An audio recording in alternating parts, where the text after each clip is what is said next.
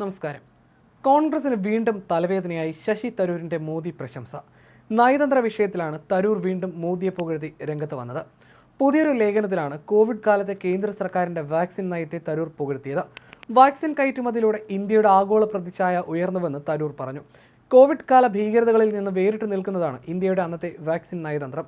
ഉത്തരവാദിത്തത്തിലും ഐക്യദാർഢ്യത്തിലും വേരൂന്നിയ അന്താരാഷ്ട്ര നേതൃത്വത്തിന്റെ ശക്തമായ ഉദാഹരണമായിരുന്നു അതെന്നും നരേന്ദ്രമോദി സർക്കാർ നടപ്പാക്കിയ വാക്സിൻ മൈത്രി സംരംഭത്തെ പുകഴ്ത്തി ദി വീക്കിൽ എഴുതിയ ലേഖനത്തിൽ തരൂർ പറഞ്ഞു. കോൺഗ്രസിന്റെ നേതൃത്വത്തിലുള്ള UPA ഭരണകാലത്ത് വിദേശകാര്യ സഹമന്ത്രിയായി പ്രവർത്തിച്ചയാളാണ് ശശി തരൂർ.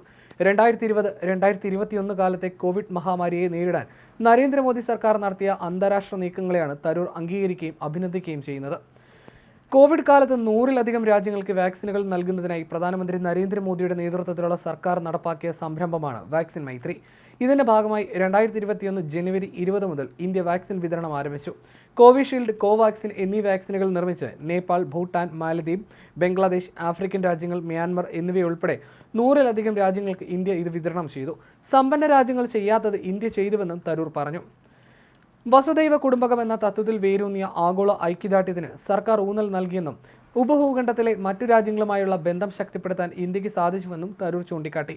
കേവലം വാക്സിൻ നൽകുക മാത്രമല്ല, നേപ്പാൾ, മാലദ്വീപ്, കുവൈറ്റ് എന്നിവിടങ്ങളിലേക്ക് ഇന്ത്യൻ സൈനിക ഡോക്ടർമാരെ അയക്കുകയും ദക്ഷിണേഷ്യൻ രാജ്യങ്ങളിലുടനീളമുള്ള ആരോഗ്യ പരിപാലന തൊഴിലാളികൾക്കായി ഓൺലൈൻ പരിശീലനം നൽകുകയും ചെയ്തു.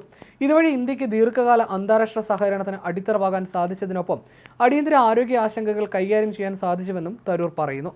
റഷ്യ-യുക്രൈൻ യുദ്ധത്തിൽ ഇന്ത്യയുടെ നിലപാടിനും US പ്രസിഡന്റ് ഡൊണാൾഡ് ട്രംപുമായുള്ള ചർച്ചകൾക്കും പ്രധാനമന്ത്രിയെ പ്രശംസിച്ചതിന്റെ പശ്ചാത്തലത്തിലാണ് ഈ പരാമർശങ്ങൾ.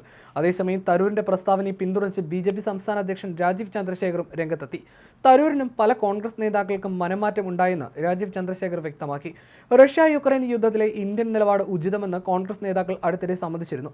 മറ്റു രാജ്യങ്ങൾക്ക് നരേന്ദ്രമോദി സർക്കാർ സഹായം നൽകുന്നു എന്ന സത്യം കോൺഗ്രസ് നേരത്തെ വിമർശിച്ചിരുന്നു. എന്നാൽ ഇപ്പോൾ കോൺഗ്രസും കേന്ദ്ര സർക്കാർ നിലപാട് അംഗീകരിച്ചു.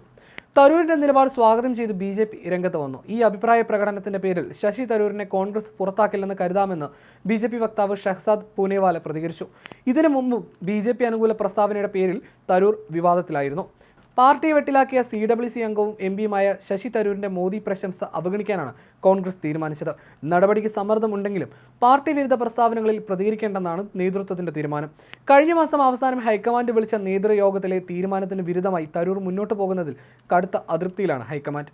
ഡൽഹിയിൽ റെയ്സിന ഡയലോഗിൽ സംസാരിക്കുന്നതിനിടയിലായിരുന്നു ശശി തരൂർ പ്രധാനമന്ത്രിയെയും NDA സർക്കാരിന്റെ വിദേശ നയത്തെയും പുകഴ്ത്തി സംസാരിച്ചത്. റഷ്യയ്ക്കും യുക്രൈനും ഒരുപോലെ സ്വീകാര്യനായ പ്രധാനമന്ത്രിയാണ് ഇന്ത്യയുടേത്. ലോകത്ത് സമാധാന ശ്രമങ്ങൾക്ക് മുൻകൈയെടുക്കാൻ കഴിയുന്ന അപൂർവ രാജ്യങ്ങളിലൊന്നായി ഇന്ത്യ മാറിയെന്നും തരൂർ പറഞ്ഞു. ഇത് വിവാദമായതിന് പിന്നാലെ വിവാദം എന്തിനെന്ന് മനസ്സിലാകുന്നില്ലെന്നും അദ്ദേഹം പ്രതികരിച്ചു. ഈ വിഷയത്തിൽ BJPയുമായി അഭിപ്രായ വ്യത്യാസമില്ലെന്നും രാഹുൽ ഗാന്ധി പറഞ്ഞിട്ടുണ്ട്. ഇനി പരസ്യമായും അല്ലാതെയും ഒന്നും പറയാനില്ലെന്നും തരൂർ വിശദീകരിച്ചു.